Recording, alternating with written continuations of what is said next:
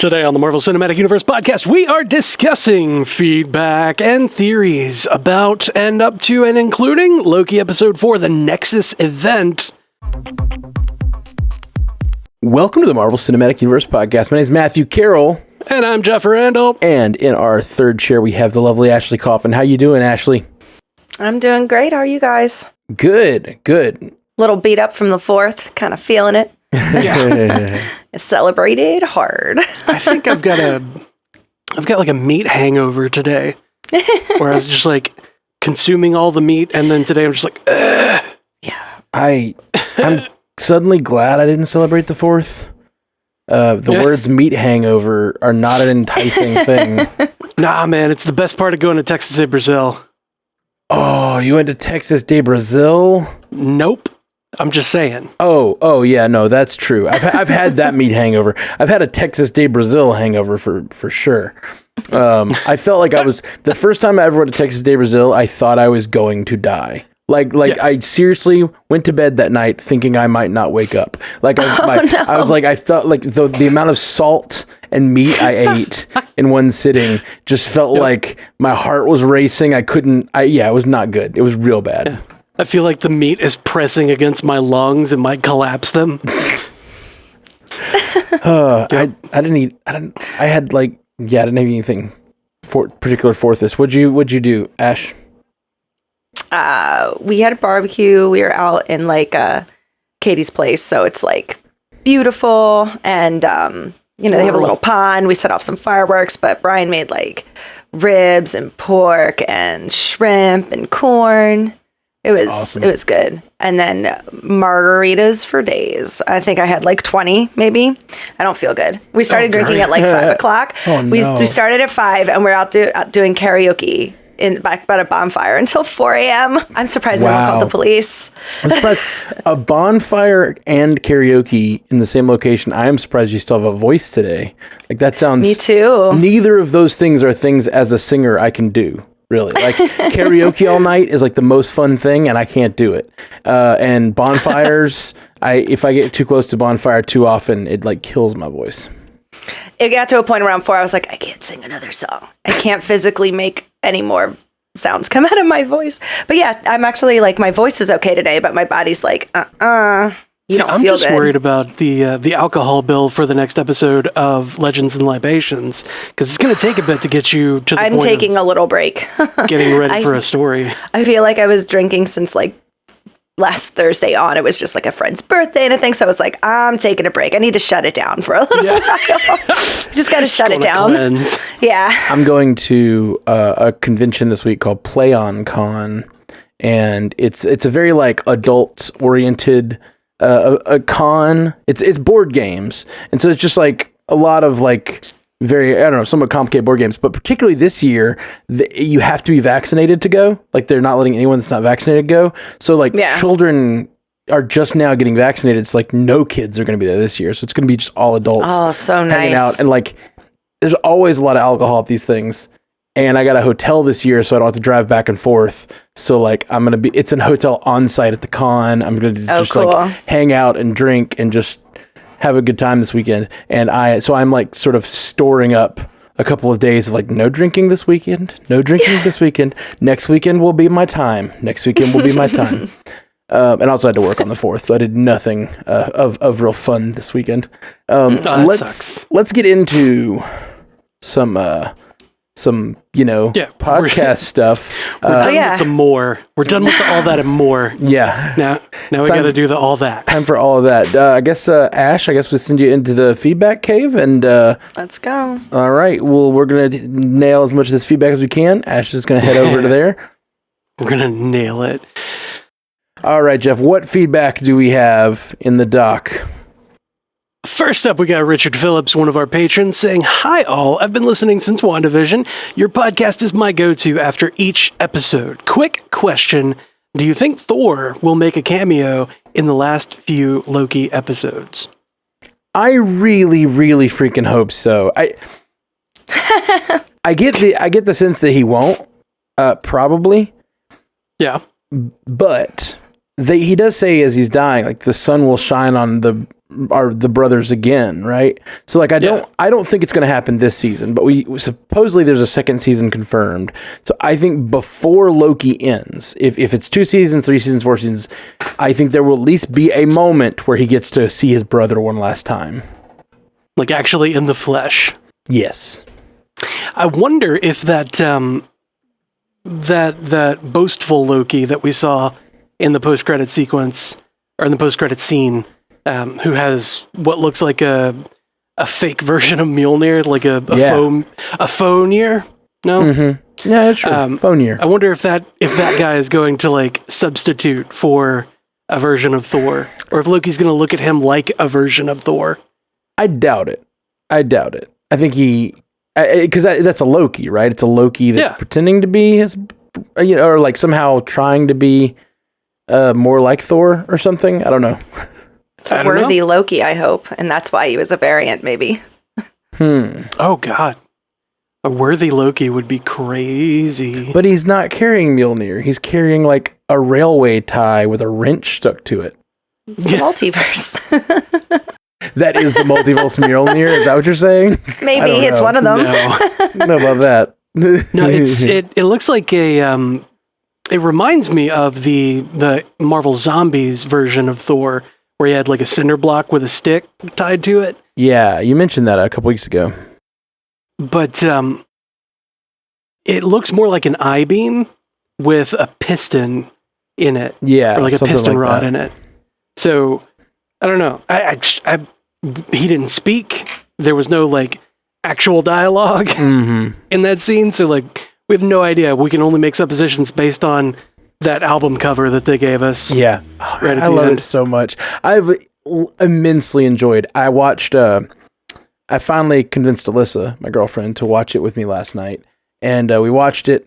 And not that she needed convincing, she just hasn't had time. And I was like, we were like doing our hangout time. And we're like, well, what do you want to watch tonight? And she was like, I was like, oh, let's watch Loki. Let's do it. Because you haven't seen it yet. And man, it was just so much fun once she caught up to share all the memes with her. It's like a week worth of memes that were based on that image. It's like the one of Owen Wilson, like landing on that planet and Mobius looking up and seeing all the Owen Wilsons from different movies. And then they had somebody did it of Nick Fury landing on that planet, looking up, seeing like all the different Nick Furies. Oh, it's so good. Or all the different Sam Jacksons. Yeah, so much fun. I like the Frozone one. Me too. Frozone. So good. Frozone, Mr. Glass. The guy from Pulp Fiction who I'm based on his name. Jules. Star Wars Audio Comics, one of our patrons, says, here's some quick feedback for Loki episode 4. I can't take credit for this, but Mobius said, how in this episode, and it sounded close enough to wow. I think that may be the best we get for that. Someone else said this, but what is how, if not wow, persevering? It's pretty great. I didn't even hear him say how. I feel like I would have caught that. That's good. Oh, it's right in the beginning, and it was very defined. How? When she was like, C20's dead, he's like, how? Oh, funny. I guess I was too wrapped up in the emotion of the moment. Like, C20's dead? What the hell? What the hell? How? What the hell? Oh, that's too much. That's too much. We've gone too far. Let's see. Trent Morris, one of our patrons, sent us an email. After further watch and listening to the other theories, I'm less convinced that Loki has the time stone. However, it is very sus that we've never seen that kind of power from Loki before. I like the theory that Loki was enchanting Sylvie. However, I think that would have been resolved in episode 4. Next, episode 4 was epic. The space lizards are fake. At least those proxies are, anyway. I think Ravonna is playing a much larger part than we originally thought. It makes me believe more and more that Kang really is at the head of all of this. Before the end credit scene, I kept asking myself, what happens to all the variants that get pruned? Where's Mobius? We see that Loki got sent to another realm with other Loki variants. Could everyone else have gone to the same place? And I absolutely love the crocodile Loki. Kid Loki is pretty exciting too because he could potentially have a future. Maybe. And who do you think the black guy is? He almost gives me the vibe of being a Black Thor variant, or maybe a Black Loki who has a much older alternate version of Mjolnir. Anyway, sorry for the novel. No hard feelings about the patron thing, and absolutely, you guys need to come to Canada, especially Vancouver Island. We have been coined the Hawaii of Canada. The stereotype stigma that many Americans think of Canada is just not true. We're breaking heat records day after day this week. Bring on PandaCon. I'd love to meet all you guys. My couch is always open. Trent. Nice. Yeah. Oh, Trent mentioned the patron thing. By the way, we do try to prioritize our patrons whenever we can. But I prioritize the stuff that comes through Patreon. If it comes through another source, Ashley doesn't necessarily know that someone is a patron when she's organizing the feedback. So sometimes they don't get near the top. So if you are a patron and you want to make sure your stuff gets prioritized, send it through Patreon as a message, and I'll see it and make sure it gets at the top of the feedback. If we at all possibly can. Sometimes we'll prioritize it, is what I say, because sometimes we can't get to everything, and sometimes we have to make cuts. And we have like 100 and something patrons now, which is amazing. Thank you guys so much. It's like making a huge difference on us being able to make all these podcasts every week. And so thank you for that. By the way, I did want to mention about the Patreon as well. It's per creation. It's weekly, so we charge once per week. Even if we do 4 episodes, or this week we're gonna do 5 episodes. We only charge one time per week. But if you want to limit it even more than that, you can even select on Patreon once. I will only pay for 1 a month, or 2 a month, or 3 a month, or something like that. So anyway, just letting you all know. Some people have asked questions about I thought it was every month and it's weekly and da da da da. Okay. Mm-hmm. Yeah. But to his other point, Ravana, I'm super interested. After rewatching last night, I'm really super, super interested in Ravana. Did she know about the lizards? Does she know they're fake? What do you think? I think yes. Yeah? Mm-hmm. I'm on the fence. I'm more on the fence than I was after last night, because after rewatching, so she's on the ground laying down when they get decapitated, right? Or one of them gets decapitated, and the fake one's there. Then she stands up, or she prunes Loki, and Lady Loki's standing there, and she's like, Lady Loki bests her in combat and is about to prune her. She's got the pruning device holding it over her head, and there's this look on Ravana's face of just like sort of sadness and horror, and she just says, do it, telling her to do it, prune me. Yeah, all of her whole existence that she knows just got ripped away, or shown to be fake. My whole life is a lie. Exactly. The way that she's acting in that moment made me think she did just lose the truth that she thought she knew. I don't know. It's interesting, and I think we'll find out this week what Renslayer actually thought was going on before this. I kind of thought it was her, when someone's not a mastermind, but part of creating this false world, and I think all the agents are about to find out that they're all variants and not created by the TVA, dealing with that, just, kill me now before the people do. Before the pitchforks come for me kind of thing. Yeah. Yeah, that's absolutely possible. She also, if she knows everything, everything, she might know what pruning does. And she might know that, just do it. And then it's she might just be teleported elsewhere. Yeah, this is my escape. Yeah, the way she said it is definitely, there's a lot of emotion behind it. And it either, I'm thinking she doesn't know what pruning does, but I don't know. Maybe. There's just so much. Yeah, it felt really emotional. And in the beginning of the episode, when she's going up the elevator and she walks in and we see the great and powerful Oz and the 3 sets of eyes, it looks like she's just really scared of what's going on in there. She's visibly shaken by having to be there in front of them. So I really think that she believes that they were real, and is having her, having the wool pulled, or the curtain pulled back, the wool pulled away off of her eyes, and it's shocking to her. That's the way that it most seems to me too, but I still think that the way Ashley's saying is absolutely possible. And Sylvie at the end being you're going to tell me everything. Yeah, so Sylvie clearly thinks that she knows more than she's told. That's for sure. Sylvie thinks that, but that doesn't mean that she does. I think she definitely knows more than she's told, but like, is it just that she's been communicating with this room for the last however long? I don't know, 20 years that Lady Loki's been running around? I don't know. Don't know. That's our Neither. tagline. Oh, and slight correction there, Trent. It's an alligator. It's not a crocodile. That's true. It's true. It is an alligator. Clear it up. See, alligators have a rounded snout rather than a pointy snout, and the alligators, their top teeth go down over, like, around the bottom jaw, and the bottom jaw's teeth go into these, like, specialized little holes in the top jaw so they don't poke out, and crocodiles just have this, like, toothy maw that shows up whenever they close their mouth. So, if there's no teeth pointing up and it's a rounded snout, definitely an alligator. Okay. I learned that from the Tampa Bay Aquarium. Science with Jeff. So Caliber Explosion, one of our patrons, sent us a message, said, okay, the TVA is a Nexus event created by Renslayer and Sylvie. Pretty heavy, right, Doc? Wait, there's more.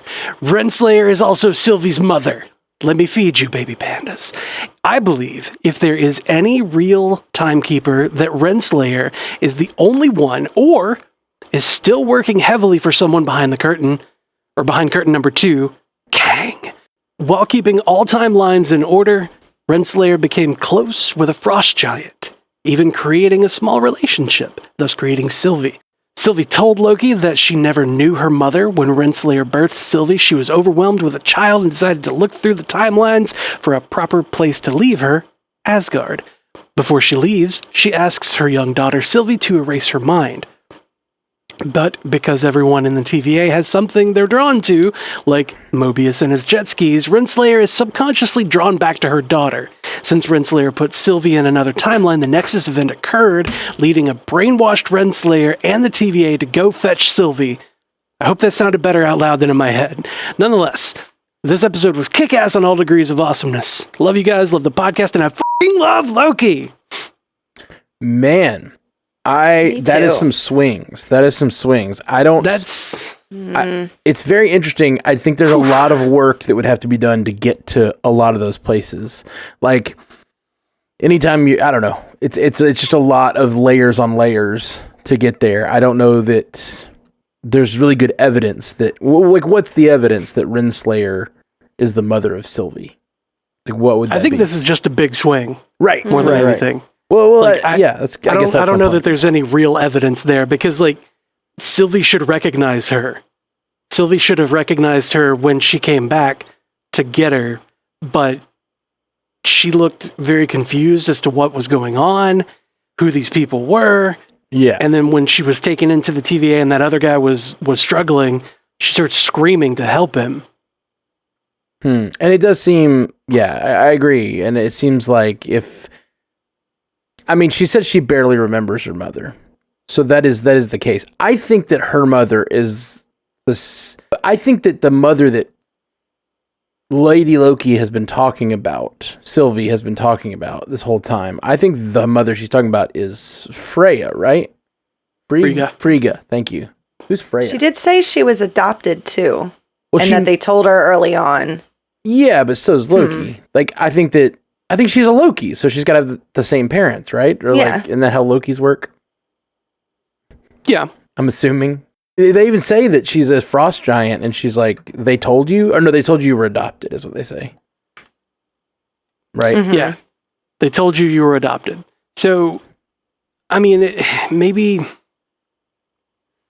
she's talking about the frost giant mother, the Jotun mother, I think she's talking about Frigga. I think it's because I think that whole conversation means more if it's the two of them talking about Frigga, because it's her trying to reach out to Loki to find out more about her mother. In part, she's like, "Tell me about her. Tell me like what." She wants to know more about Frigga because she barely remembers Frigga because she was 10 when she had to like go on the run. Right. Right. It could be, and I think it still has the same weight if Loki is talking about Frigga and she's not. Because, like, they don't ever mention Frigga specifically when they're talking No. between the two of them. He's just like, my mother did. And she's like, oh, she, tell me about her. And they talk, they don't ever say it in terms of Frigga and, No. Frigga, also Frigga, because it's just an assumption. And I think we're all left to assume the same thing, which could, in true Marvel fashion, lead us to Renslayer. So I'm on board now. Let's put this on the board. I'm not on board, but I appreciate the wild swing. I do like it. All right, so Mark Cruz, one of our patrons, had just discovered the show and am having a blast catching up on all the content. First, regarding the variant Lokis. Loki? What's the plural of Loki? Loki. My daughter yells, alligator Loki? And my wife, Adrian, replies, no, if it's a Loki, it's a croc.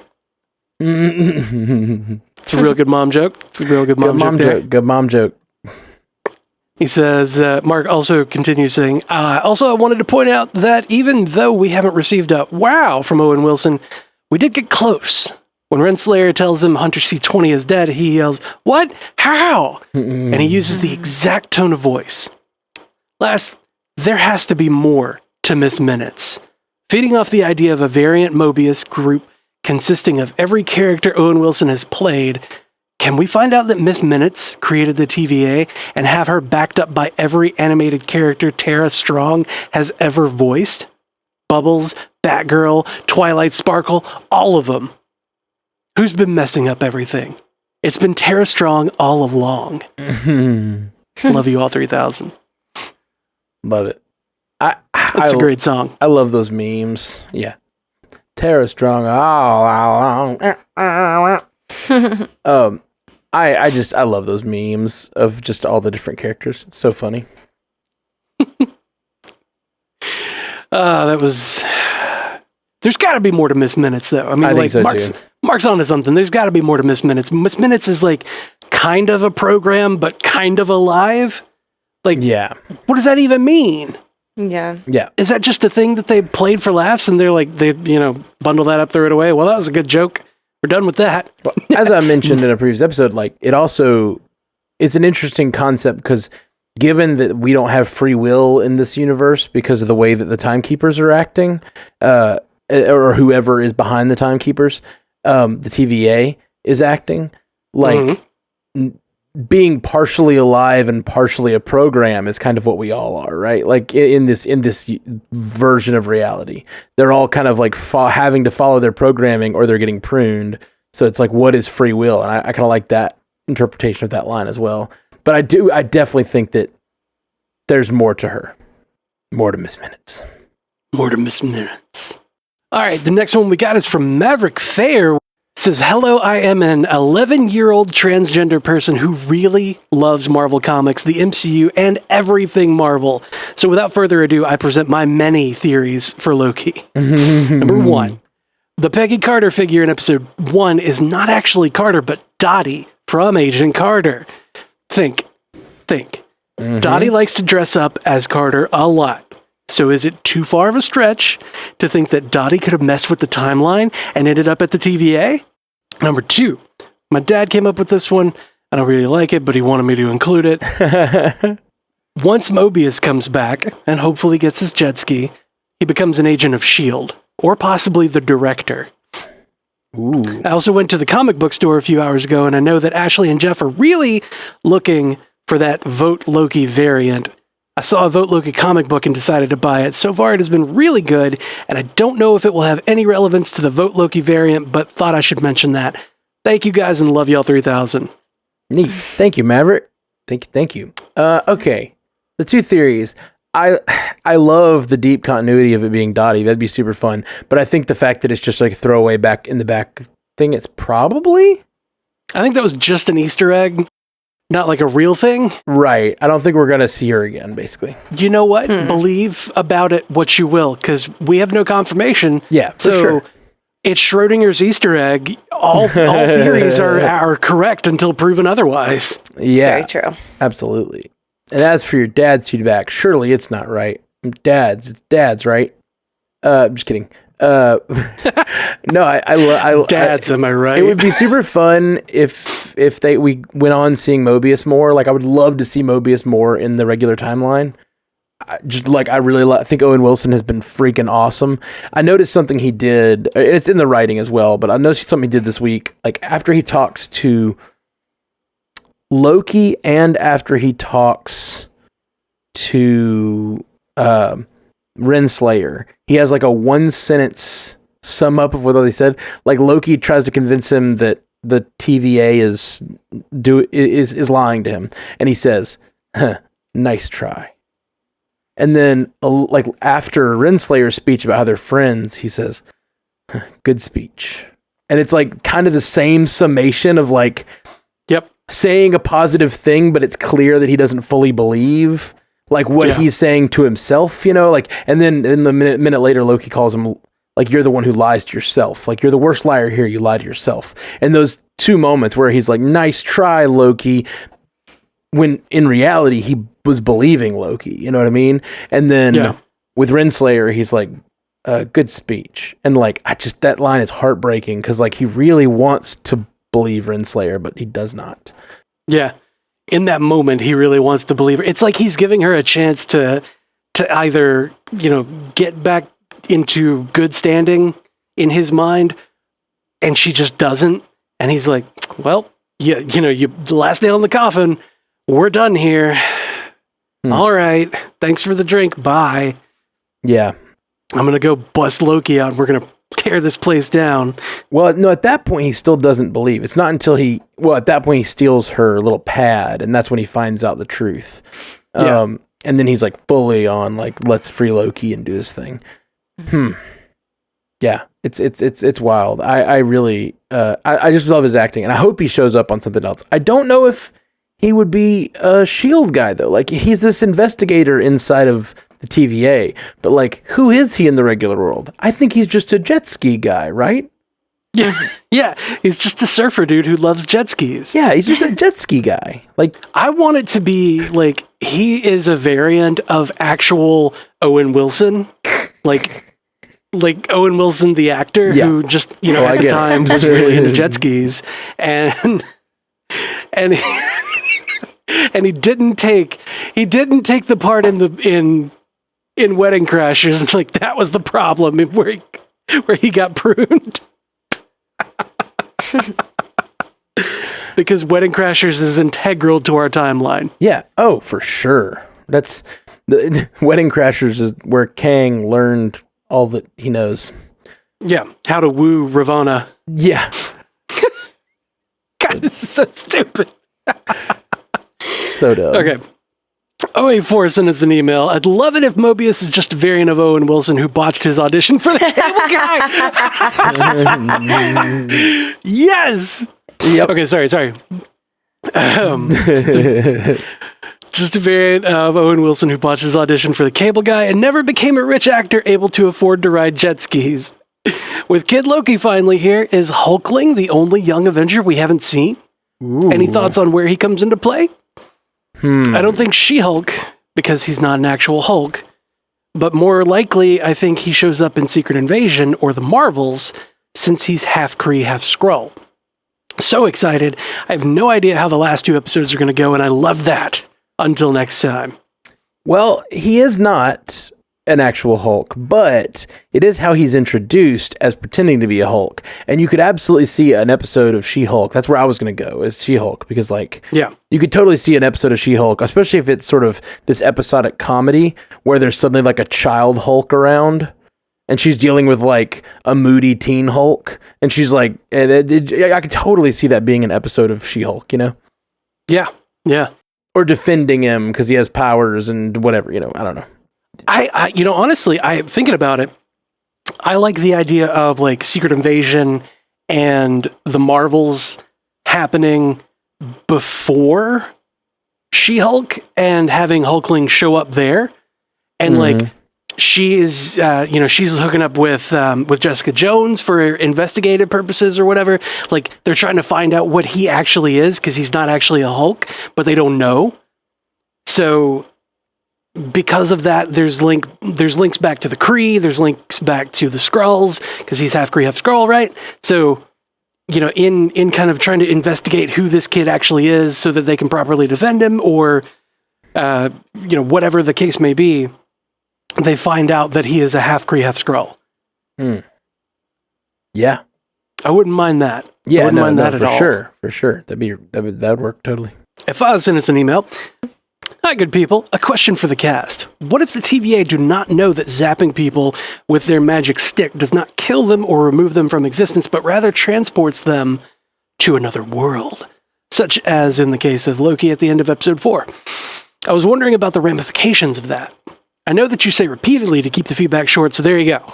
You're welcome. Thank you. Thank you. Thank you, Afaz. Love you 3001. The extra one is for Ms. Coffin.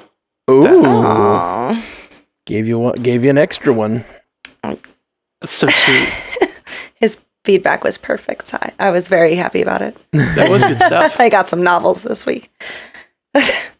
And that's a good question to have presented, is like, what happens, or do they know? Do they know that they're sending people to another world? Does everybody get sent to another world? I don't think they do, because they're all, especially all of them, like, they're true believers, right? I think maybe Ravana, maybe other people at her level, but like, I don't think they know, because that's the whole thing. They delete them. Like, B-15 is like a true believer. You know what I mean?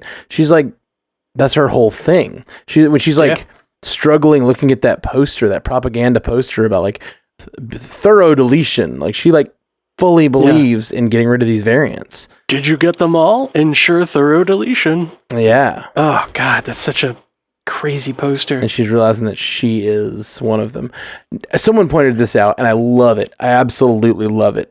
That the sticks they're using are pencils. Look at them next time you see them. The big fighting sticks they use with the glowy pruners. On one end, they're pointed, and that's what they use to actually cause actual things in the real world, like stabbing people, basically. Like, they can use those to act, and the other end is an eraser. It erases.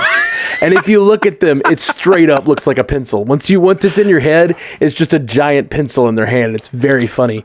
Some TikToker pointed that out, and I was like, that's good. I like that a lot. That's it's silly, but it like once you know it's real silly. Watching that last scene, most of the time they don't have a pointy end. Most of the time they're like retracted or whatever. But in the final scene where they're battling and they all have the points out, they're basically just battling with giant pencils. It's really funny. Yeah, I felt like that was like a special level of erasure stick or whatever, like specifically for the guards that were in the throne room, quote unquote. What do you mean? Because like those particular guys had different outfits, like they were the beef eaters or whatever. Like they were very different as far as like how they presented. So maybe they had a different weapon than just the eraser batons or whatever. Maybe, or they just like extend out like to a point, which I'm not sure. Click it. Yeah, you just click. But it's got to be one of those mechanical. It's a mechanical pencil. It's a mechanical pencil, and you got to get one of those little side clickers, because you don't want to mistakenly hit the eraser. Yeah, in this or case. the twisty one. You twist the end of it. Yeah. That seems like it'd be slower though to get ready for a battle.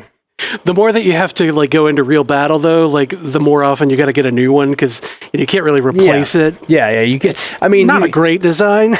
It's treacherous. Reloading is treacherous with that pruner on the end. You got to like take it off and feed those little pieces of lead down inside. It's not the best. Careful not to touch it. Careful not to touch it. Careful not to touch it.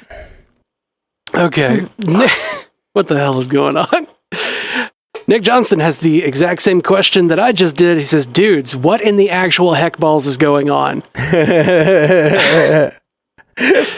Episode 2 ends on a cliffhanger with the timeline being bombed. Episode 3, Doctor Who, blue balls you and doesn't show the TVA. And then episode 4, everything is hunky-dory? Huge event happened. The TVA wasn't expecting. Everyone's freaking out. Red branch timelines everywhere. And they usually freak out over one red branch reaching to the red line. Can't even handle this series right now. It's a really good question. What happened between episode 2 and 4? Yeah. Yeah. Like what happened at the TVA Yeah. in that time span? Yeah. We talked about it last week. No clue. It's real strange. And it seems like it's a deliberate choice, obviously, that they haven't shown us that yet. And it makes me wonder if there is something we will learn in a future episode about how that went down. There's like 6 references that Mobius makes in episode 4 to the fact that he's been working with lots of Lokis lately. Mm-hmm. Like, it's a lot of them. It's not just 1 or 2. It's like he says in almost every scene he's in, he talks about how many Lokis he's been working with. I think he's been working with other Lokis since he talks about lots of water under the bridge. He says, she's like, just work your Loki. And he's like, just work my Loki. That should be my mantra. Like, what? It just seems like he's like been working with Lokis a lot more than he had in the first or 2 episodes. Okay, so what if this particular world that we're seeing at the end, in the end credit sequence, what if this world didn't exist until that moment where the branch or the bombing of the sacred timeline happened? And like, that one was like a straggler or something, one that got past the red line before before they could prune it. Sure. And like that one exists, and maybe the prune sticks or whatever like did actually erase people from existence, but it was because of science that they didn't understand. It tries to send them to another timeline or another, reality, whatever, another branch of the timeline, but branches didn't exist until they got bombed and made a bunch of them, so then people can actually go to a different timeline. And now those, that other place for the trash to be dumped out exists, so they go there. It's possible. We did kind of talk about that last episode about the fact that like maybe all of these Lokis are a result of the bombing of the timeline. Like we saw those extra branches. They all seem to be along different points in Loki's life. Like it's possible that Lady Loki, Sylvie, has intentionally created a bunch of Lokis. But I don't know about the whole like. I just doubt they're going to get into the whole like a different kind of science that it was sending them before, and now I think it's just likely that like whoever has been pruning these people and telling the TVA they're deleting them has been intentionally sending them here instead. And why is that? And there's some interesting stuff from comics, and there's some interesting stuff in some of the trailers that may give us some clues to that. Do we want to get into that a little bit, or should we wait till later? I think we should wait till later. Okay, because there's some theories going around that like support some other theories, and we'll bring that up a little later. So Tim Brown has an interesting take on this. Sent us a Facebook message saying the episode is called "The Nexus Event." Yes, there was an event, but perhaps all these Lokis and anyone else pruned, for that matter, are thrown in this nexus. So it looks like Tim's saying that this place is called the Nexus, and like the event was the thing that created said Nexus. It was the Nexus event rather than the Nexus event. It's all about what emphasis you put on what's syllable. Right. I get you. That's possible. I feel like Tim is using Nexus the way that Star Trek used Nexus. Oh God, it's so bad. Why would you do that? Why would you bring that up? No, I love the Nexus. It's great. What are you talking about? That's a great movie. Generations was not good. It's so good. You guys don't listen to Jeff. It's not. Generations is great. Okay, but the way that they seem to use in this series is that a Nexus event is the moment where a nexus is created in the timeline, where a turn or like a fork in the road happens. So I don't know. I don't know if they would use it differently in this case. I don't know. It's just such a mystery. Like this is exactly my kind of mystery. This reminds me of like all of the best moments in Lost, which like often didn't have good payoffs later. But like That's because they had too long of a show and they didn't have it planned out. Like this is a 6-episode show. I know they have a plan, and I know there is an answer to the question, what is this world that Loki is on? You know what I mean? Like, if I was not sure of that, I would be doubtful. Like if this was like at end of a season and we were like, we might or might not have another season, I'd be like, do they even have a plan? Is this just a crazy thing? But no, this is episode 4 of 6. Like this is gonna pay off. We just... It's such a great mystery because there's so many ways you could go with like a bunch of Lokis on a random world we don't understand. Like, I love it. And they haven't given us enough evidence in any direction to like really say that any one theory is like the front runner. Right. We just don't know. Like Yeah. again, Schrodinger's theories, all of them are correct until proven otherwise. That's correct. We're going to take a break here in a second. Ashley, you want to throw any live feedback at us before we take a quick break? Sure. Bring you onto the cast here. Hello. Ashley, welcome. Welcome back from your cave. My nap.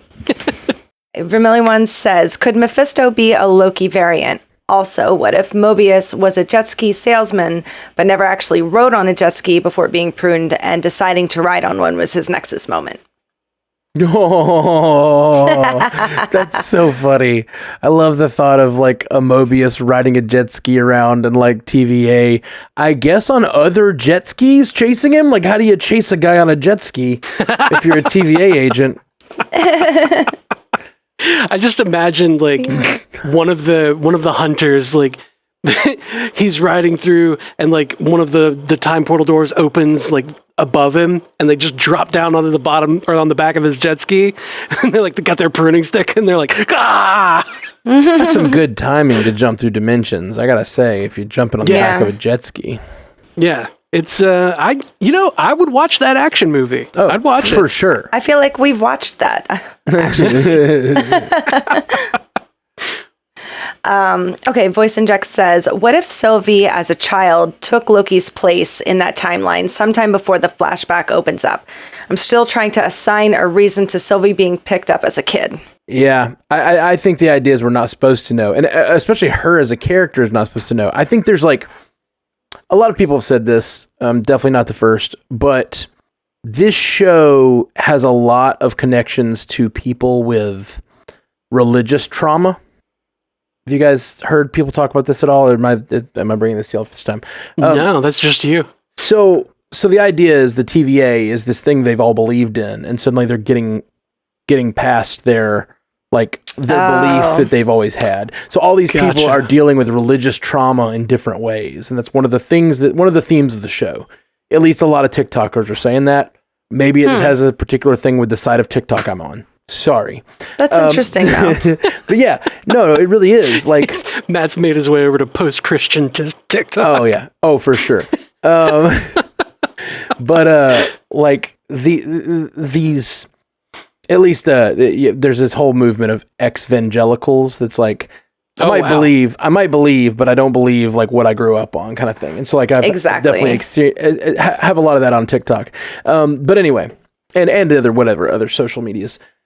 But one of the things that they keep pointing out is like the different characters are going through this, like the different ways that they're, B-15 is like the person who's so zealous in her belief, but then is like realizes she's never allowed herself to have her own personality, like her have her own desires and have her own life because she's been sort of subjected to this belief that she had, right?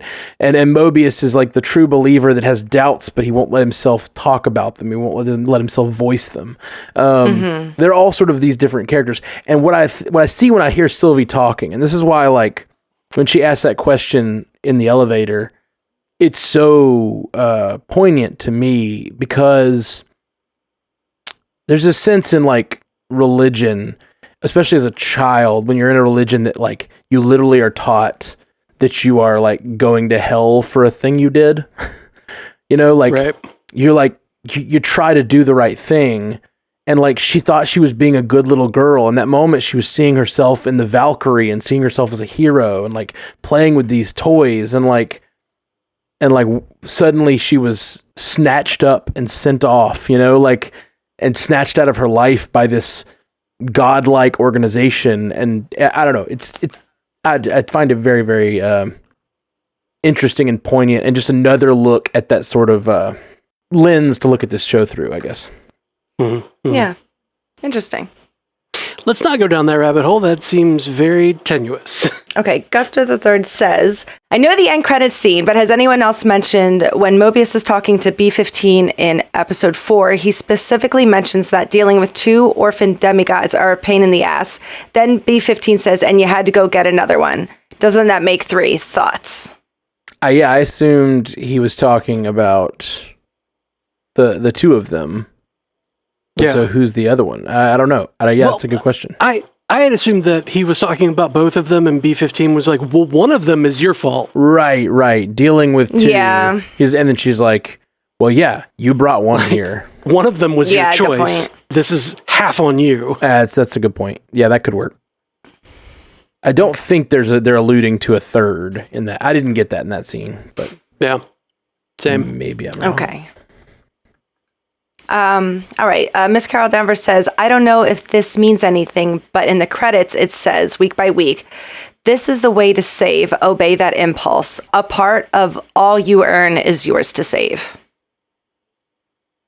A part of all you earn is what? yours to save. Okay.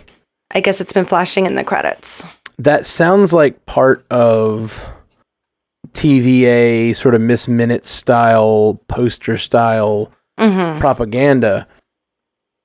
But I don't know. The saving part is part that like gets me because it makes me think about these people that are not being pruned but being sent to somewhere. You know what I mean? Like to its own place. Like, are they being saved? It makes me think of Ravana's trophies. Part of all you earn can be saved. Like, she gets to keep a part of what she's pruned. They're trophies from her missions.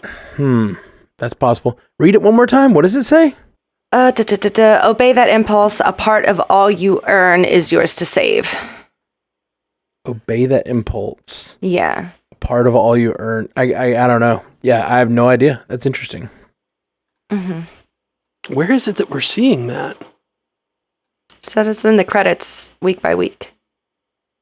I don't know. The credits have definitely like they've shifted and changed a little bit and shown new things. So like they're definitely like providing clues and updating them as we learn new things. So it's cool. I don't know that one. I don't know what that one's leading to. They like to just hide Easter eggs that might be something, might not be, but it definitely sends us all into a tizzy. For sure. And Lee Waters says, I think the most underrated moment of this week's episode was Sylvie stopping to let Ravana pick up the weapon before fighting her in the throne room.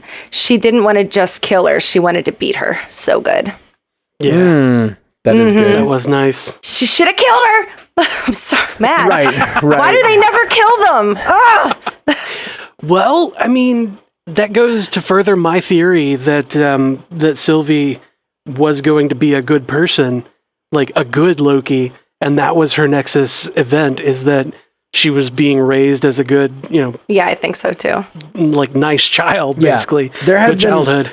There have been a number of theories and things I've seen online that whoever is at the end of time controlling all of this needed Loki to die in Endgame.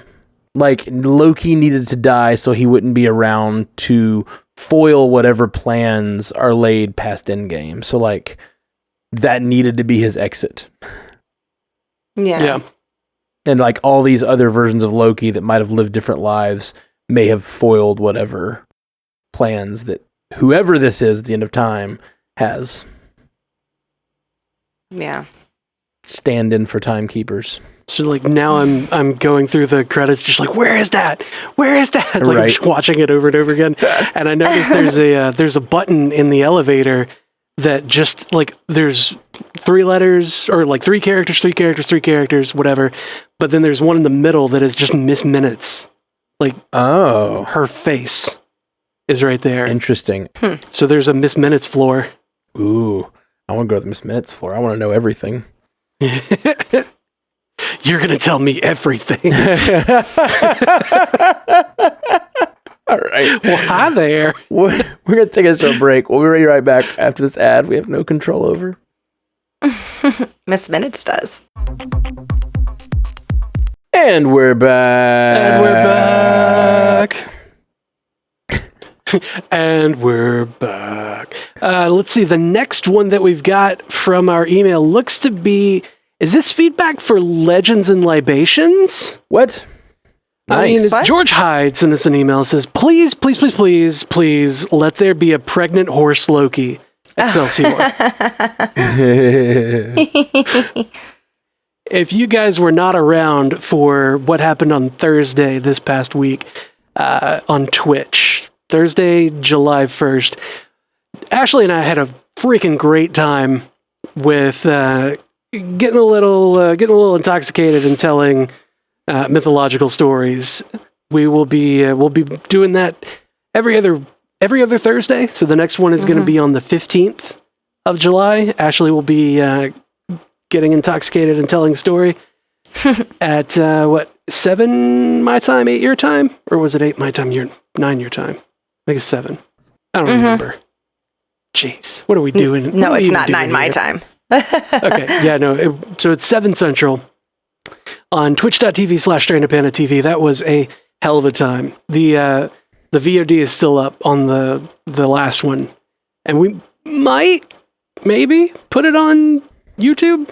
I don't know. Maybe We'll talk. We'll see how we feel. We'll see. I know I don't want to edit it because that's gonna just no, it's too much. It's too much. We're doing it live. I don't have time to edit anything. Mm-hmm. Anyway. Okay. So I agree with George that there needs to be some amount of pregnant horse Loki in a flashback to be like, Loki's been through some stuff and has had some stuff go through him. I don't know. I don't know if I need to see that. Okay. What? You're not attracted to pregnant horses? Listen, I don't want to get any letters, okay? I'm going to, All right, fair enough. I'm going to get feedback from pregnant horses being like, what the hell? Nay. Nay, I say. Nay to you, miss. Nay, Ashley, nay. I bite my thumb at thee. Oh, God, that's so good. My hoof? Yeah, I bite my hoof at thee. Cassandra Ongna, I think I said that right, sent us an email and said, "Hey guys, this is the first time writing in. I discovered your podcast a few months back and have been aggressively listening to as much as I am possibly able to in order to catch up. Loki has been my favorite character in both the comics and Norse mythology since I was a little girl. Interesting thing to mention about the end credits scene of episode 4, my friend was watching it with the captions on and said that when Loki wakes up and says, 'Is this hell?' the caption read, 'Is this hell?' with one L. Yeah. I went back to rewatch with captions on, and sure enough, that's how it was spelled. Not sure how familiar you guys are with Norse mythology, but in the myths, Hel, aka Hela in the comics, is actually Loki's daughter and runs the underworld called Hel. I'm not sure if that really means anything, probably not, considering this is Marvel Comics and not Norse mythology, or if it was just a fun little bit added in for those reading captions. But I did think it was interesting and a fun moment to point out for anyone like me who adores Loki's character both in the comics and myths. Thanks all, thanks for all you do, and Ashley, love your thirst opinions, always. Keep them coming. I die laughing every time, mainly because it's also true for me as well. Tom Hiddleston is literally perfect casting for Loki. Keep up the good work. Look forward to listening to you guys each week. Cassandra Lee. Thanks, Cassandra. Yeah, thank you, Cassandra. I loved all that. The Hel mention with one L is definitely like just a reference to the fact that he is from Norse mythology. Like, I'm assuming that's what they would call Hel where they come from. Which actually, it's interesting. I was watching some different. I always wait till we do our first few casts before I watch any other content on YouTube, because I'm definitely one of those people who will watch like 15 like what's going on in Loki videos. But I like to get our fresh take first, and then I'll go watch some stuff. Yeah. I don't want to be infested by all that, because that's what happens. I'll just keep bringing up, oh, I heard on whatever other channel this happened. This might be. One of them was saying there's like a comics version of Loki recently. It was actually the Kid Loki, I believe, that all the other Asgardians were dead, and they found out that like the people who they consider gods, like the gods of the gods, those above all, I think they're called. And it was like they had to realize that they weren't real. Like Loki beat them by being the last Asgardian to be alive and to say they aren't real. Like that's how he destroyed them, was like lacking belief in them, which is interesting because Kid Loki is here, like in the show, and also this show seems to be about like stopping believing in something. In this case, the timekeepers and TVA and all that. So like, there's just a little bit of a connection, and so the fact that they reference the afterlife that apparently the Asgardians believe in this episode is interesting. Yeah. Just seems all kind of connected to like whatever the religious stuff and like the way that's all tied into the theme of the show. Doesn't have to be religion, just like beliefs that you believe in that you've moved on or whatever. But in the comic, it was like what their gods were, and you had to stop believing in them so they would go away. Basically, I don't want you here anymore. Shoo! I don't believe in you. I think the line was something like, "Did you make me, or did I make you?" Is that's the question? Like he asks in the comic, and then they just explode. Basically, I think so. Yeah, I mean, there's a lot of unanswered questions so far. Mm-hmm. Not just in life, but also in Loki.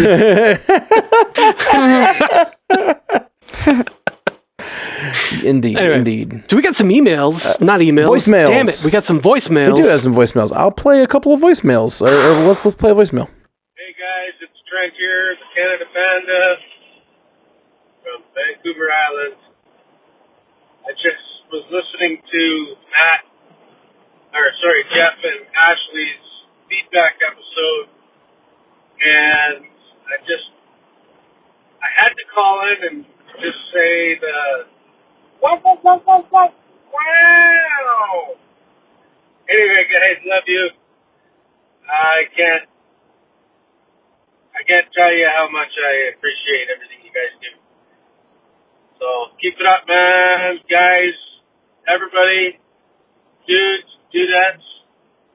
Ashley, you are a godsend to this podcast network. Keep rocking, guys. Love you 3,000. Oh, thanks. I love the voicemails. I like the voicemails. Her ego doesn't need to be inflated anymore. Yes, it does every day. Shut up. Yes, it does. Yeah. You guys calm down. You're creating a monster over here. Yeah, right? Like, her power I'm is so we humble. literally just talked about belief creating the gods. Yeah, like, come on. You guys are... Let me be the golden calf of this podcast, okay, guys? A little wrong and it's a little right, you know. Super fun. And it's fun. It's fun to hear that very Canadian voice you got there, Trent. It's just I love hearing voicemails from other parts of the world writing it or calling in. So, if, by the way, we don't say it enough on the podcast, but 573-CAST-MCU, you can leave a voicemail. Or, even better, if you want to, you can record a voice memo on your phone and email it to the mcucast@gmail.com. That's a good idea. That's another way to do it, and it will sound better. That is a way you guys can do that if you want. We've never said that before on the podcast, but it is. No, good We've gotten a few of them over the years, but it definitely sounds better because the phone lines are just wild. But thank you, Trent. That's great. Because phone lines are trash. Mm-hmm. It was just a wow for our episode where we didn't have Matt. We really did it a lot. Thank you for calling in to participate in the wowage. We got a little crazy that episode. It's a long one, and it was very hot in here. Yeah. We were loopy. It wasn't hot here, but I'll take that excuse. Brandon McCauley sent us an email. Loki episode 4. Holy Batman, what a great episode. Start to after credit scene. Lizard Loki, nice. I was on the edge of my seat. Wanted to toss out a quick thought because all the theories being thrown out are so mystical or heaven/hellish. The whole plan and mantra of the timekeepers really seems like a twisted Chronicom viewpoint. It's very one-dimensional. They are interfering, but everything seems to be to avoid some future issue in the timelines, i.e. extinction-level event. And they're robots. Maybe this duck is just a duck. Love the show. Love you all. B. McSee. maybe this I guess I haven't heard that many of the like mystical heaven and hell things. I guess I'm hearing mostly timeline stuff, which is what the show's about, right? So like, I know he asked, "Is this hell?" But like, I don't think that's like a real thing. I think that's They have a Norse hell, right? Hell. Oh yeah, I'm not Helheim. saying he doesn't believe it Yeah, wasn't Helheim, possible in that moment, but I don't think that's like where the show's going. Or like a mystic to the mystical nature of it. Although, oh man, here's another freaking I think this was another TikToker. I think I shared this on our Stranded Panda chat. But like I've been on TikTok. I couldn't sleep this week and I ended up scrolling TikTok too much. I really need to send you this this parody song that I've been writing. Ooh, I can't wait. Tell me about your scrolling. No, someone pointed out that up behind the timekeepers is this big symbol, right? There's like a big red neon symbol behind the timekeepers. Oh, is this a like Loki can't use magic because runes? Right. So Theory. so there's Right. that, but then if you look at during the fight, you can see those runes are on all of the walls. That's in the feedback somewhere is it? too. Great. Yeah. We were finding this out last week. Every little idea we were having within like 2 or 3 feedbacks, it was in there. Yeah. Yeah, it was often the next one. That was crazy. I love it because it like directly connects to WandaVision, right? Like Right. the idea Yeah. that, this could be not necessarily it's Wanda or anything like that, but it's like a magic user. And how do you prevent magic users from using their magic? You have someone sort of Runes. bless a temple like the TVA with this like these runes that prevent anyone else from using magic there. Oh, here we go. Wixon Anthony sent us an email.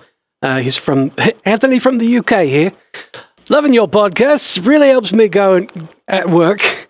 Often seen laughing out loud. No one knows why. Anyway, number 1, do you think Loki still has the time pad? And if he does, can he use something in the Avengers Tower to charge it? Does the Tesseract still exist? Or maybe Tony Stark arc reactor?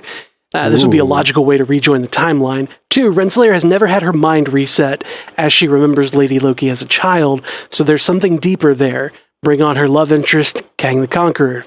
Do you think there could be runes in the throne room like WandaVision? This is why magic doesn't work. It would make a lot of sense. Also, is it possible Cap returned the stones here? Loving your podcasts. Hi, Ashley. Hi. Hey. Hey, fellas. So, do we think he still has the time pad? I'm on the fence. Yeah, I think the whole thing about him, like, he broke the time pad, right? When they fell out, when they fell like, Yeah. Now, some people suspected that might be a trick, but I think if it was a trick, we would know it by now. It seems weird to, Yeah. like, for him to have tricked her and then still, like, an episode and a half later when they're teammates and again, to still not know. And also, they would have searched him for that when they arrested him, right?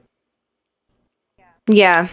Yeah, I would think And so. magic doesn't work in the TVA, so he can't continue hiding it magically. Oh, yeah. Unless Mobius slipped him one that we don't know about, or Or if he pickpocketed one during the fight Sure. or something like that. Yeah. There's definitely ways he could have a temp pad, or someone will have a temp pad. But yeah, it doesn't seem like he would have that same one. I love the idea of them like going through Avengers Tower and using old Avengers tech to get the temp pad working, though. That sounds super fun. yeah, that's a good idea. Yeah, just piecing a bunch of things together. Yeah. Rocket style. Probably some kind of arc in there. Yep. Yeah. There's got to be a reactor of some sort in there. It was the first sustainable building, right, or something like that. He said in one of the movies. Self-sustaining Yeah. building. Or, But it was only In New going to York. last a couple of years. yeah. What if this Loki that we see with the hammer, like the Fönir or whatever, what if that's actually a worthy Loki and that is the new version of Mjolnir and he has the lightning power and can recharge the temp pad? That'd way, be cool. That would also be cool. by shocking the hell out of it. Yeah. 100%. I don't even know where they're going with all those Lokis. Oh, man. Like, I got no good theories about what's going to happen in this next episode. I have like theories about where the timekeepers and all stuff we've been talking about for episodes now. No idea what's going to happen with like who are all these Lokis and what is Loki going to be like interacting with all these other Lokis? Is he going to fall in love with all of them? That's what I want to know. Yeah, I don't know. Yeah, I don't know. I don't know. That's our tagline now. Yeah. I don't know. I don't know. Welcome to the Marvel Cinematic Universe podcast. We don't know. Where we know nothing. where we know nothing, so you don't have to. Yeah. Why did like what Gustav the Third says? Do the runes only work in that room? So what stops the magic and the Infinity Stones inside the rest of the TVA? I don't know. Yeah, I don't know. My thought is that the runes go around the entirety of the TVA. That was my thought too. Yeah, including Probably. the throne room. yeah. I was thinking that the throne room is probably it's very large. Like if you look at the throne room, like it goes off in every direction, and it does. It seems bigger than even the building they were in. So like I have a feeling that that's just control somehow. If that's controlling magic, then I think it's controlling it all of the spaces. Right. And WandaVision showed us that like, you know, the size of the space doesn't really matter as long as you enclose it and put the runes up. Right. So that's right. And that whole place looks like an enclosed bubble. yeah, it looked like a circle, but not like a real circle, like a freaky circle.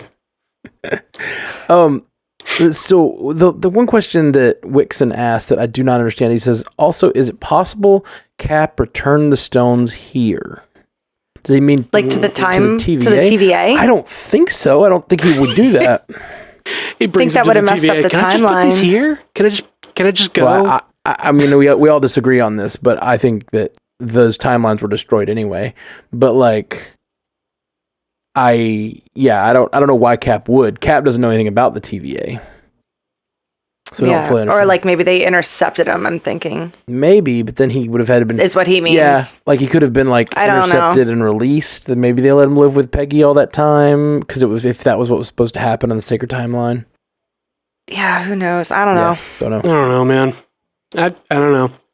It kind of feels like this is being used to get the TVA is wonderful as a device because it gets rid of all of the plot holes because basically it's created a world where the multiverse existed, but it doesn't anymore. And so all the stuff we've seen has happened on one timeline, and it's been cleaned up by the TVA all along.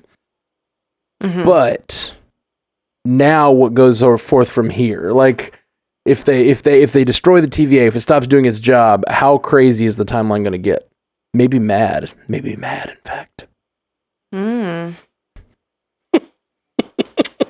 Let's see. Jeff Haker sent us an email. Hey, Jeff, Ashley, and Matt. Emailing again after my Sylvie is Loki's daughter seems to not be the case, but maybe still possible? Oh, I didn't realize that was from last week. Okay, gotcha. Episode 4 was great, and one thought I had was why would Loki and Sylvie sitting on Lamentus cause a Nexus event? Is it because Kang or the other people behind the TVA need Sylvie for some purpose? Or, you know, what is the reason other than because plot? Would love to hear y'all's thoughts. Love y'all 3000, Jeff from Texas. We talked a lot about this last week. Like, I was very frustrated with that scene because it doesn't make sense to me. Right? From how this is supposed to work. But what Mobius says is that, like, he's such a seismic narcissist that like a being falling in love with a variant of the very same being is such an aberrant thing that it caused enough variance energy that it created like enough variance energy even in an apocalypse. Doesn't make sense to me from like how we think this all works, but like that's what Mobius said. Yep. Yeah. Yeah. I don't know. I like the idea of like Sif having said it. Like you're alone. You're always going to be alone. Like you're alone. Get out of my face. Kick. Smash. And then you know that was an event where Loki was not alone. You know, and it may have been that Loki had another Loki there to be not alone, but Loki was not alone. And not only was Loki not alone, Loki was not alone twice. Double Loki not alone. Right? So, yeah. I don't know. It still doesn't feel like that should cause a Nexus event because they both should still have died they're still in an apocalypse. It doesn't make sense unless their love somehow enhances their powers to the point that they were about to do something to get off that rock, which could happen. Totes. They have magic. They both have magics of different types. If they like pulled something out of their hat to like stop that moon or stop the planet from crashing into the moon, that's the only thing I can think Could of. also, I mean, if you think about it though, we saw in Infinity War, the Asgardian ship got destroyed. Thor was on that ship. It got destroyed. But Thor survived in space. Sure. While the Guardians were on their way. Yeah, so it's possible Asgardians have the ability to last. And we know Loki fell through space after Thor won. Right. So there may be precedent for Loki surviving in space, and this event wouldn't really matter that much other than, like, I hope this explosion doesn't crush us. Yeah. Like if they could, and that's what I was saying. Like I wish they had like touched, and in that moment of touching, like a force field started to form around them or something. Then I think it would have been a little more like understandable why that even happened. Oh man, did you?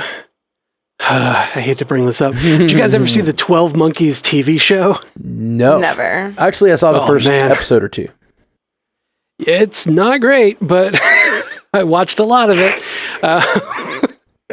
So there was this thing where if somebody, like if a person, or if two objects that are the same object touched each other, or like attempted to start to occupy the same space on the timeline, it's same space and time. Like if you have a watch, I think there was a watch, and then there was that same watch from the future came back and he touched them together, and it made an event that was like explosive. Like maybe it was going to be that sort of thing. Like Loki's can't touch, and it causes that sort of explosion. Sure. But then like you're referencing 12 Monkeys TV show, and it's a bad idea. Like, I don't think that's what they were going for, but I really hope not. Anyway, so Sherman Smith said, did Renslayer kill C20 or did she just prune her? Good question. We don't know. We don't know. She's all about that prune life. I would think prune. All about that prune life. Right? Yeah, it's just so easy, and you don't have to clean anything up. Mm-hmm. Renslayer clearly has some people on her payroll. Actually, so funny. On her payroll that like are willing to go pretty far to protect the secrets. Like those people that come in the room with Renslayer to get Mobius at the end. Yeah.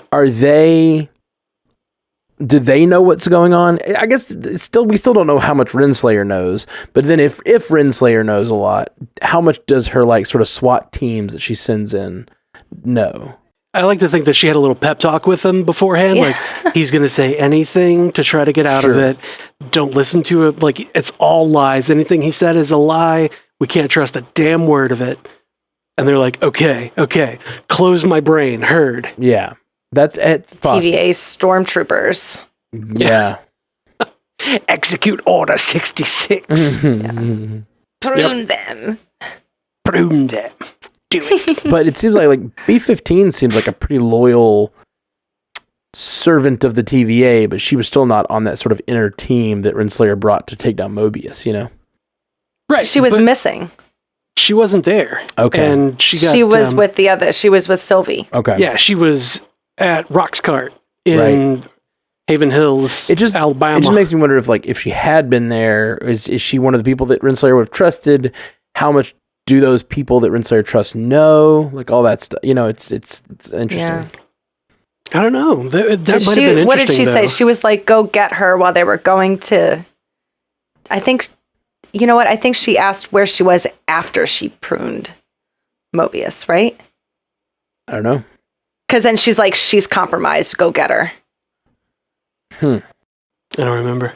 We got a couple of more voicemails. All right, here we go. Here's the voicemail. Hey guys, it's Steele. Calling in, just watched episode 4 of Loki and had an idea. I'm listening to the Instant Reaction podcast right now on my way to work and had this thought. So what if Sylvie is really not a Loki? And she asks Ravonna what her Nexus event was, and Ravonna doesn't say anything. What if she was somehow gonna reach Loki in some way, so they took her off Asgard before she could meet Loki, maybe? I don't know. I don't know. I guess after seeing that and her reaction, I question what her event was and why she had to become a variant, and if she's really a Loki. Just would love to know what you guys think about that. Keep up the great work. Love you all 3,000. Hey, thanks, Steele. What do you guys think? That gives me thoughts of like, what if I'm right about Sylvie being raised in a loving household, but that loving household has Loki as the father, and having her to look after makes him be a better person. Possible. Possible. I think she's a Loki. I don't see why they do all this. She's a Loki, and then tell us she's not. Like, even she says, that's not my name anymore. You know? Sylvie is my name. Ever thought of an alias? Unless that is a universe where, like, Loki was a happy father figure who ended up having her and named her Loki after himself, maybe? I guess. That's interesting. But it's Loki with an IE. Yeah. But it just seems weird if they're going to like call her a variant Loki this whole time. But it's hard because it seems like the TVA would be the ones who'd know that, but then at the same time, TVA doesn't really know anything. They don't even know why they're doing what they're doing, so who knows? And then making them kind of like look like they're, like he fell in love with a version of himself would kind of make it a little creepy if it's his daughter. Yeah, that does make it worse, doesn't it? Yeah. It's less narcissistic and more like real bad. Yeah, maybe that's not great. Maybe we steer clear from. Yeah, maybe let's reel that one back. I'm sorry, everybody. Unless it turns out that like it's not a romantic love that he feels for her. Yeah, and it's like a fucker, like maybe Mobius assumed that, but that's not the way he feels. He just feels it's not how it is. Mobius, God, great affection for her because it's his daughter, and he's realized that, or is realizing that. He didn't deny that. It like when he's like, "You like her," right. you kissing in a tree kind of thing. He's like, "Ugh." It definitely seemed at the end of the episode like I believe that he has romantic feelings for this Sylvie. It'd just be weird to leave it that way at the end of episode 4, and then us not know that, and then it end up being his daughter. Yeah, I don't like it. I don't like it either. Yeah, it's not Star Wars. Okay, you made me tone think it bad down. thoughts, Steele. Stop it. Yeah. I don't think the daughter thing, but it could be. I just think it's a Loki. Like, I think she's a Loki, right? Yes. Maybe this duck is just a duck. Maybe is that what you're trying to this tell duck me? is just a duck. And I like the explanation that someone had. I think it may have been Sylvie herself. Was like the universe bends toward chaos. Like, it's trying to break free and it's bending toward chaos. That's why I was born female. Like that. Like, things happen on the timeline to try to break because the universe is trying to break free. Was it Sylvie that said that? Who said that? I think she was saying that the universe wants to break free. Okay. But it bends towards chaos is what she was saying. And Loki what was it? Episode 2, during episode 2, he was like, after everything is all in order and laid out, that would be super boring. So, and then, Mobius was like, says the guy who's all up into chaos and whatnot. Like, of course you would say it's boring. You thrive on chaos. Ugh. I don't know. Like, not only is there potential for this to be, you could see the whole religious expatriate kind of thing, or what'd you call it? Evangelism? Evangelical is like the term everybody's using. The ex-evangelical. I like it. There could be that bent on it, but there's also the idea of, control, how much control is too much control, and then also an idea surrounding trust and like trusting someone to be in control when you're not might be, could be good for you, could be bad for you, whatever. Like, there's a lot of themes that could be at play here. I guess let's hit this other voicemail real quick. We've got another two from one person. So let's listen to both these. Hey guys, it's Joel from Houston. I was wondering, I didn't notice it until y'all said it, that the Avengers Tower was in the background when they showed the Loki variants. I was thinking, what if that's just like kind of like his version of hell? Because you remember when Mobius said in the first episode, "Oh, okay, you rule New York, and then what?" And maybe that's what happens. Maybe that's why the Avengers Tower was never formed, because in the first Avengers, let's say Loki won and he ended up ruling Earth. Maybe that's like what they were showing, or maybe that's like his version of hell. Like, oh, okay, I ruled New York, and this is what came of it. I don't know. It just kind of seems like that's what they're gonna go with. I don't know. What do you guys think? I like that theory, and I probably would have subscribed to it a little bit, but there is a little thing that makes it not possible if they're paying attention, and they may not be. And that is Avengers Tower, not Stark Tower. So in the first Avengers, that was Stark Tower. And this tower behind them already has a Quinjet landing pad on the top, which was a feature added for Avengers Tower, apparently. Okay. That was like Age of Ultron Tower. Right, exactly. So Age of Ultron, they made changes to that building that have already happened as of that destroyed tower that we see. If they're paying attention, it's very possible they're not paying attention and they just like made the wrong one. They just slap one together. Yeah, I mean, you could see it. They wouldn't do that. They know that people like us would be all over that. Right. Yeah. You're right. I hope you're right. Me too. I mean, Disney did have a guy in jeans in Mandalorian. True. That is true.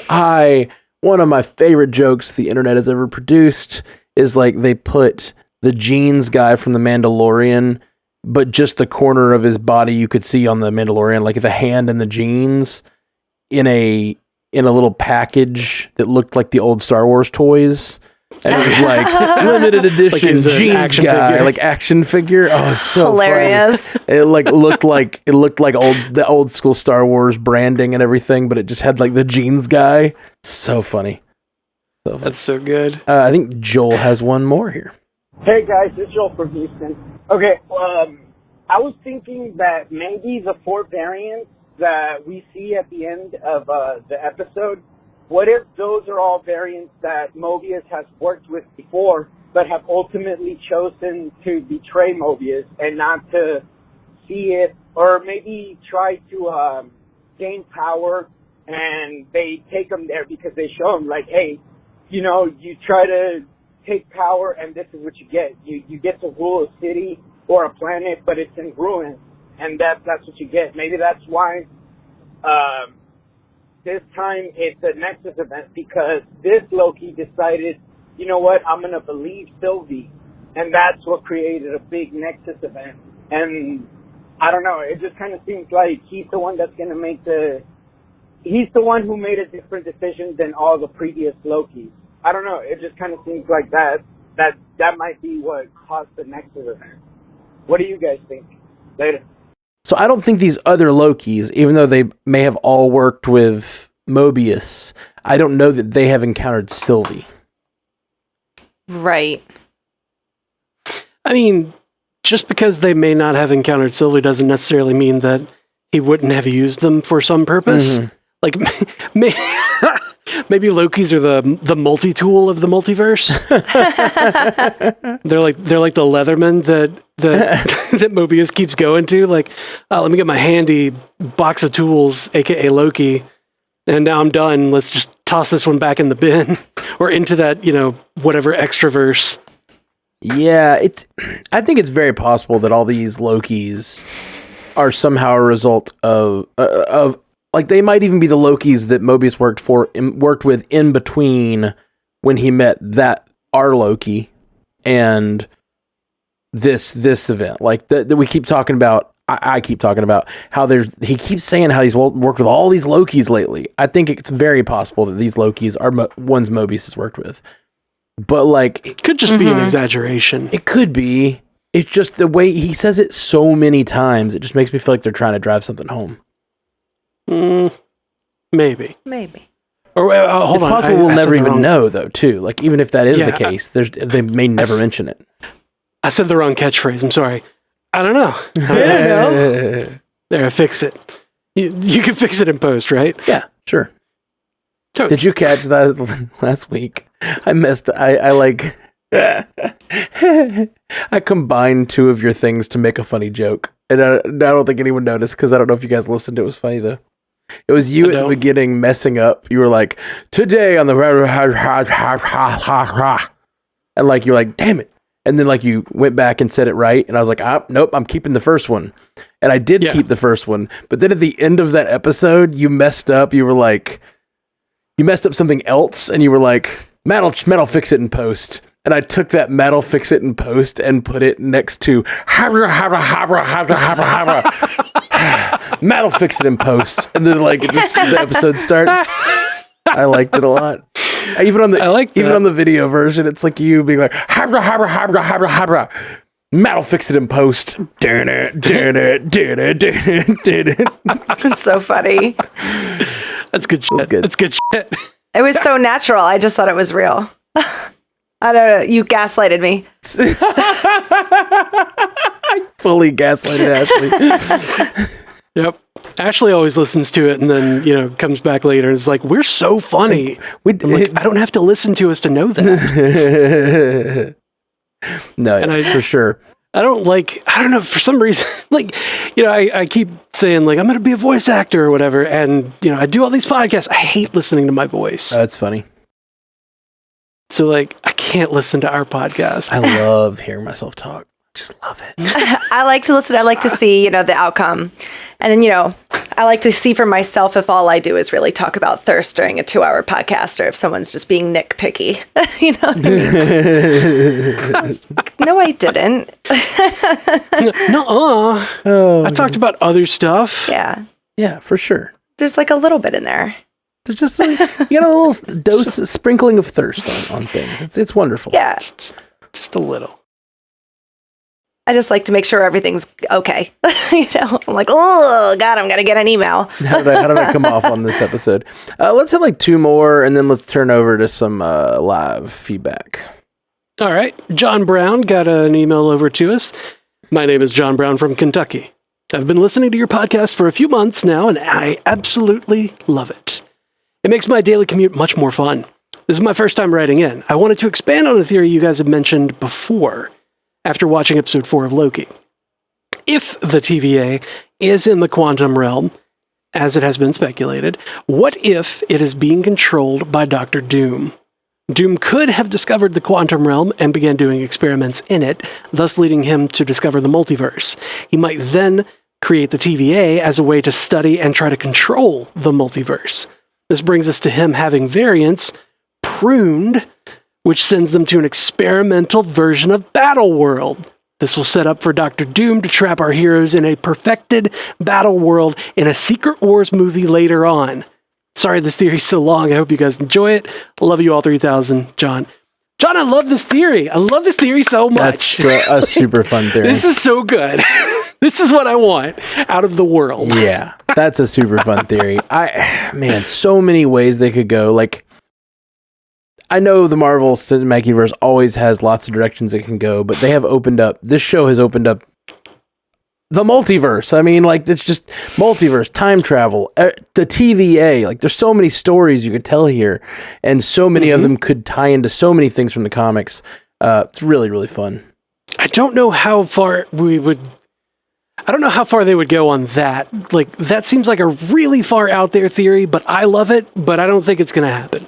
As much as I love it, I don't think it's going to happen. I feel like Mephisto would be more likely to happen than that. Well, the problem is, I don't think that as a progenitor of Battle World is necessarily the way they're going to introduce Doom.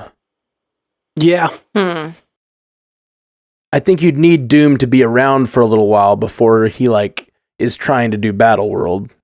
I don't know. Right. I feel like God Emperor Doom was only really it only really hit because we know about Doom from so like we have had Doom for so long. Right. Right. It would be a we have to big leap to that. But I do think Battle you World is can't- possible. You can't put your cart before the Doom. Yeah. That's what we're really You getting got at to here. put your Doom bots before the horses. the horses. You got to put your Doom bots before the pregnant horse Loki. Yeah. I think That's it. Yeah, we got there. Alyssa Jane Haynes said, "Hi, Jeff, Matt, and Ash. Was going to write something in-depth and poignant about how this episode is an exploration of friendship, but my brain is tired, so here's some bullet points." I like it. I do not think the connection between Sylvie and Loki is romantic/sexual. The line that sparks the branch is Loki saying, "You nearly took down the organization that claims to govern the order of time. You did it on your own. You ran rings around them. You're amazing." There's more to that than newly discovered romantic or sexual inclinations. But what? The loss of their friend C20 was a critical turning point in chipping away at both B-15 and Mobius' belief in the TVA. Loki being trapped in that specific time loop with Sif as punishment by Mobius for being just kind of an asshole and a bad friend is so on the nose, and I love it. I effing despise Ravonna Renslayer. Throwing down lines to Mobius like, "We're friends against time, allies to the end. You've seen all of time, same as me, so you know friendship like ours is uncommon and worth fighting for," all while manipulating the shit out of him, is such a disgusting abuse of his trust and friendship. I loathe her. Bitch. Mobius stating emphatically to Loki, "You can be whoever and whatever you want to be, even someone good. I mean, just in case anyone ever told you different," was beautiful and perfect, and leads me to say once more with feeling, "F you, Ravonna!" Yeah, I'm with you. I love y'all 3000, Alyssa.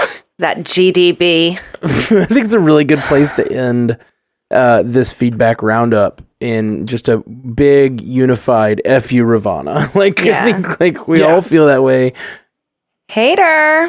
We do not like Ravonna. I posted a another TikTok. Sorry, on our Stranded Panda chat this week. That was one of my favorite, and I tagged you, Ashley. I was like, "Oh yeah, this is Ashley. This is absolutely Ashley." And it's just this guy being like, it's his live reaction to the episode, and just being, "You."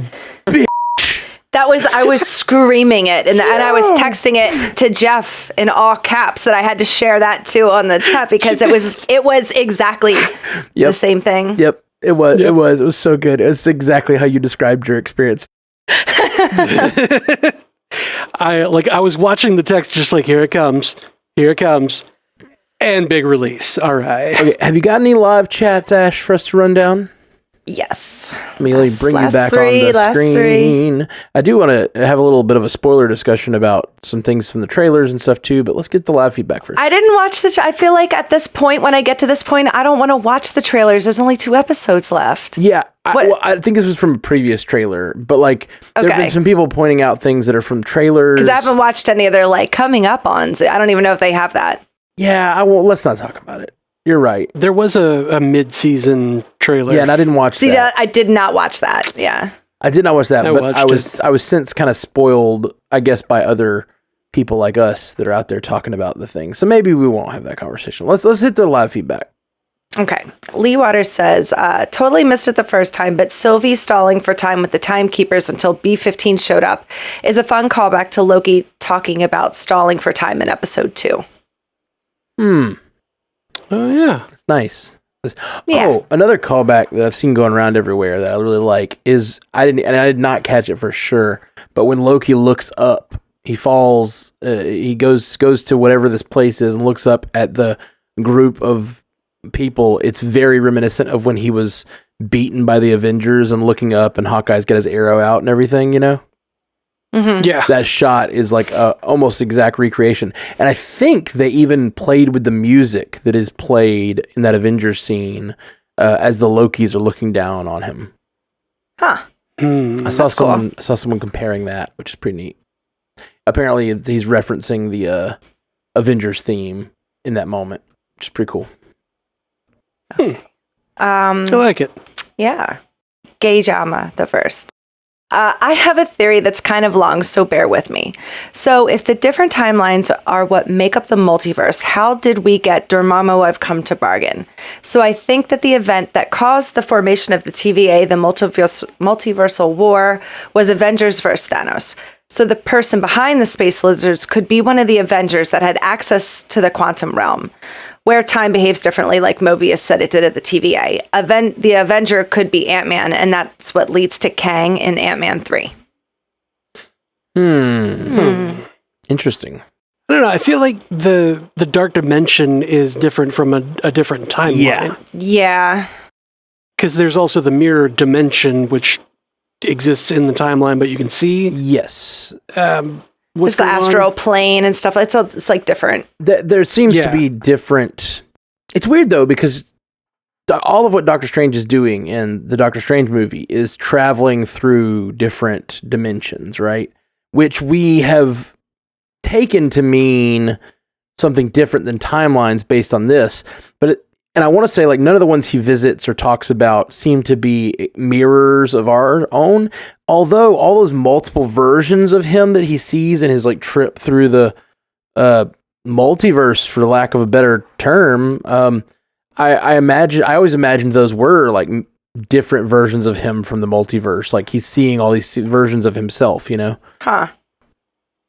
When she so. touches his head and like sends him seeing everything, like. I always imagined those were different versions of him that he's like glimpsing, but maybe not. I didn't get that from that, but maybe. I don't know. I don't know. Sure.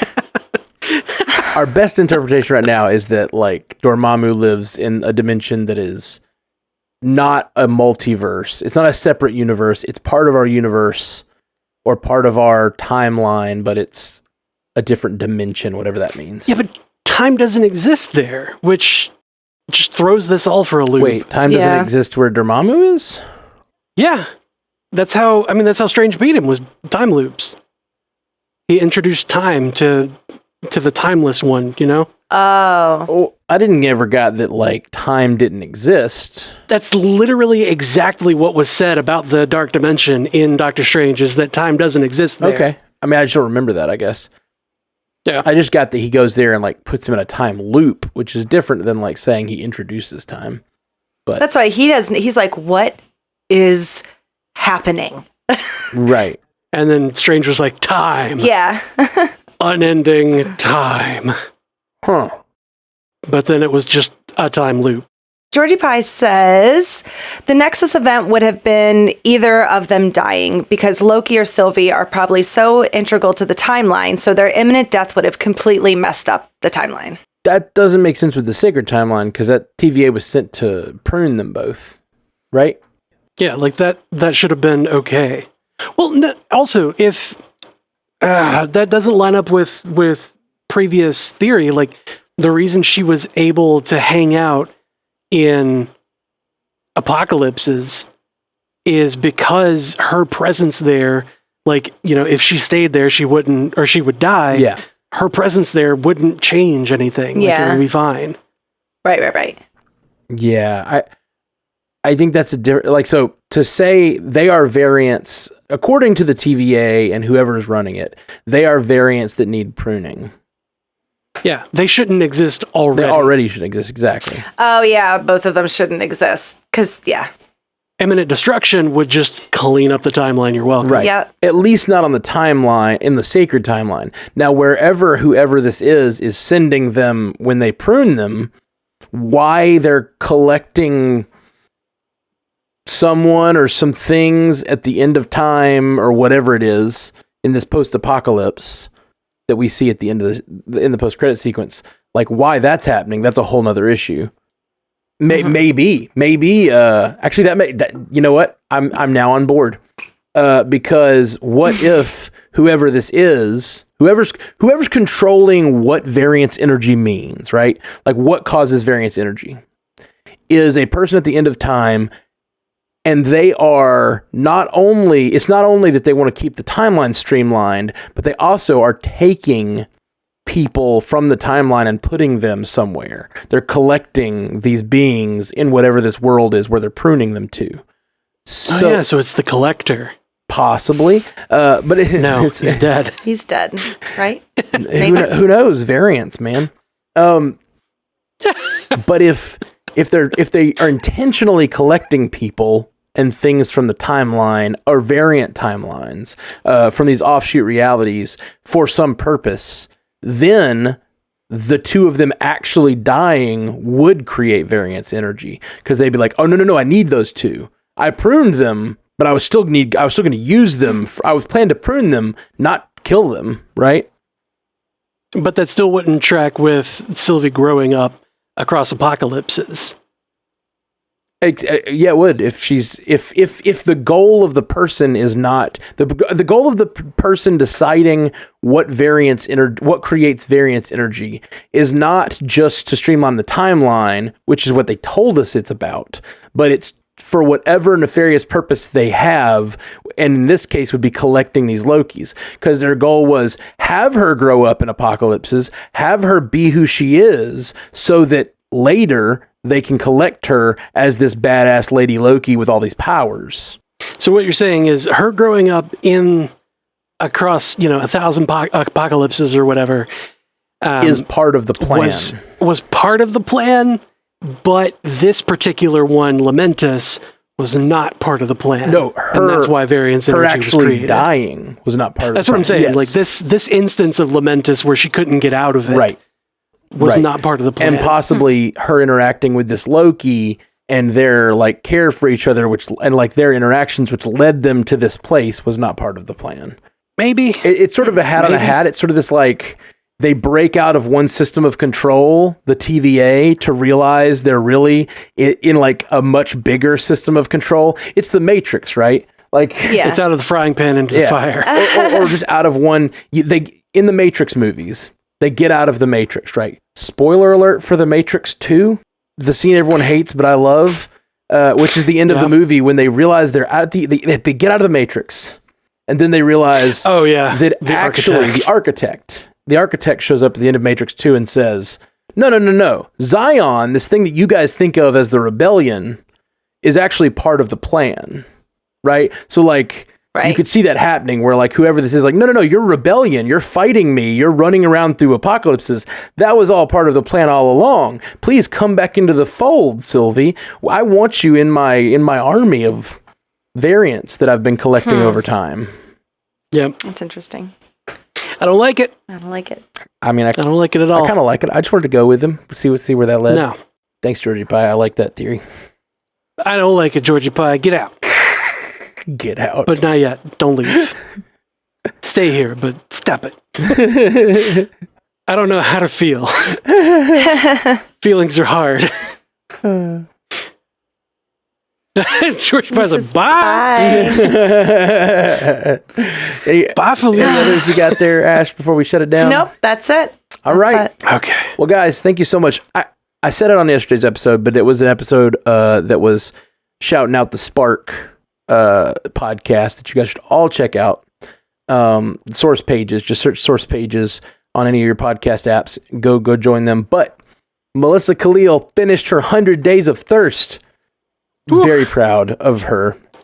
That was a real good TikTok. Too. It was a really good one. It was her last one was really, really funny, and I liked it a lot.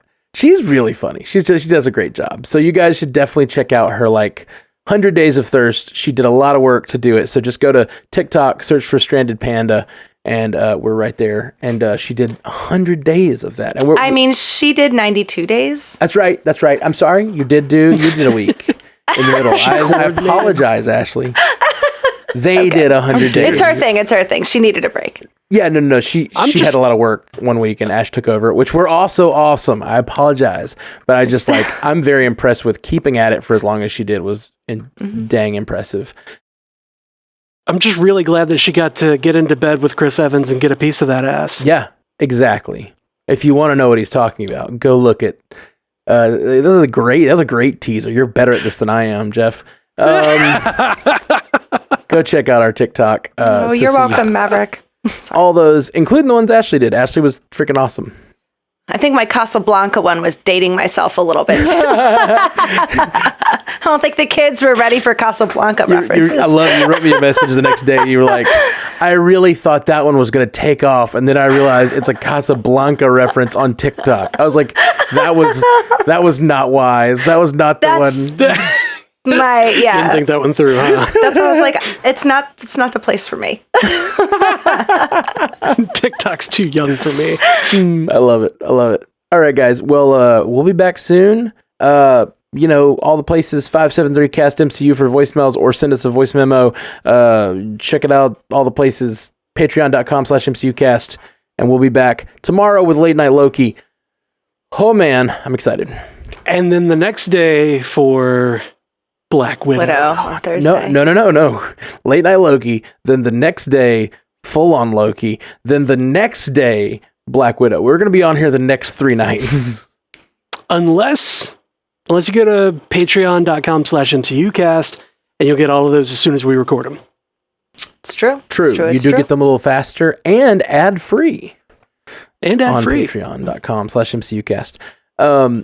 And we're doing like 4 episodes a week. So like 3 or 4 a week. Like, what value? What value? What a great value. No, for real. Thank you for all of our patrons and thank you for all you guys listening. We appreciate you. Love you 3000. Peace. Until next time, true believers. Bye. Thank you for joining us for the Marvel Cinematic Universe podcast. Available everywhere you get podcasts, and now a video version streaming live on twitch.tv/strandedpandatv and available at youtube.com/strandedpanda. And if you'd like to learn more about all of our other podcasts, geeky projects, and ways to support the network, visit strandedpanda.com.